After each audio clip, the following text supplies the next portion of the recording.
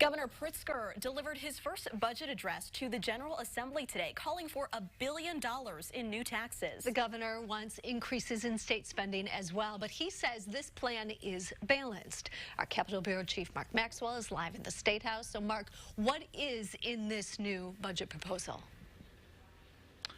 Well, Jennifer, good evening from the State House. It was part budget address, part State of the State, and part campaign speech, if you will. This newly elected governor repeating many of his campaign calls for a graduated or progressive income tax. That's something that taxes the rich more and at some point might hopefully give the middle class and lower class an income tax break. He's leaning heavily on that as the big answer to put Illinois on firm fiscal footing. A fair tax will change the arc of Illinois' finances forever. Governor J.B. Pritzker's first budget proposal banks heavily on his campaign promise to pass a progressive income tax. But that remains at least 2 years away, and it's no guarantee. Until then, this proposed budget serves as a bridge to a stable fiscal future. Pritzker acknowledges that bridge starts out in a huge fiscal hole. Illinois is faced with a $3.2 billion budget deficit and a $15 billion debt from unpaid bills. And this new governor made sure to point a finger of blame at his predecessor. During a time of unprecedented economic growth across the country, we lost 4 valuable years because of an ideological battle. That stops now. Pritzker's new budget calls for increases in early childhood education, K through 12, higher ed, community colleges, and MAP grants, plus hundreds of millions in human services for children, seniors, and the homeless. State police and the Department of Corrections get upgrades in the governor's new budget as well. But how will he pay for these promises?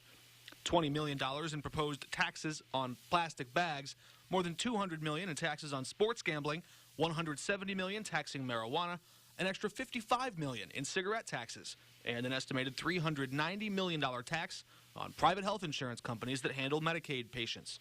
And then there's the biggest math problem of them all, the ballooning pension debt. In addition to selling off state assets and borrowing money, Pritzker offered these ideas. We will make the optional retiree buyout program permanent, and we will smooth the pension ramp by modestly extending it. You may have heard those before. They're old ideas, part Rauner and part Blagojevich. Plus, Pritzker's new ingredient, the progressive income tax. Ultimately, the fair tax must be part of the long-term solution to our pensions. Governor Pritzker putting a lot of hope in the future, but also pulling some heart from the past. We heard him reference former Governor Henry Horner, who took office in 1933 during the darkest days of our nation's economy. He said that Governor Horner's unrelenting optimism helped provide inspiration for Illinoisans back then, and he hopes to revive some of that optimism and inspiration for the years to come. Jennifer? All right, Mark, thank you so much. The new budget proposal would collect nearly $39 billion in taxes, spend just shy of $39 billion, and leave a surplus of $155 million.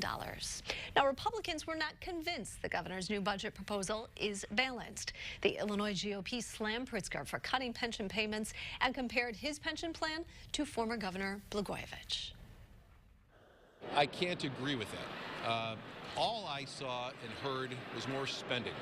It concerns me, the heavy emphasis on raising taxes, because I don't think that works to create jobs. It's forced a lot of people out of this state. This budget is a joke. More of the same. Higher taxes, more spending. That's the Pritzker plan. His money will stay in the Bahamas and the trusts, and people of this state will have to pay higher taxes. That was the Republican side. A couple of Central Illinois Democrats were pleased with the governor's first budget address. Representative Carol Ammons says, quote, "For the first time in 4 years, a governor stood before the General Assembly and offered straight talk about the catastrophic effect Bruce Rauner's budget crisis had on our state finances, our universities, and our most vulnerable residents." Senator Scott Bennett says, quote, "There is no better way to build for the future than by investing in our educational institutions and workforce development."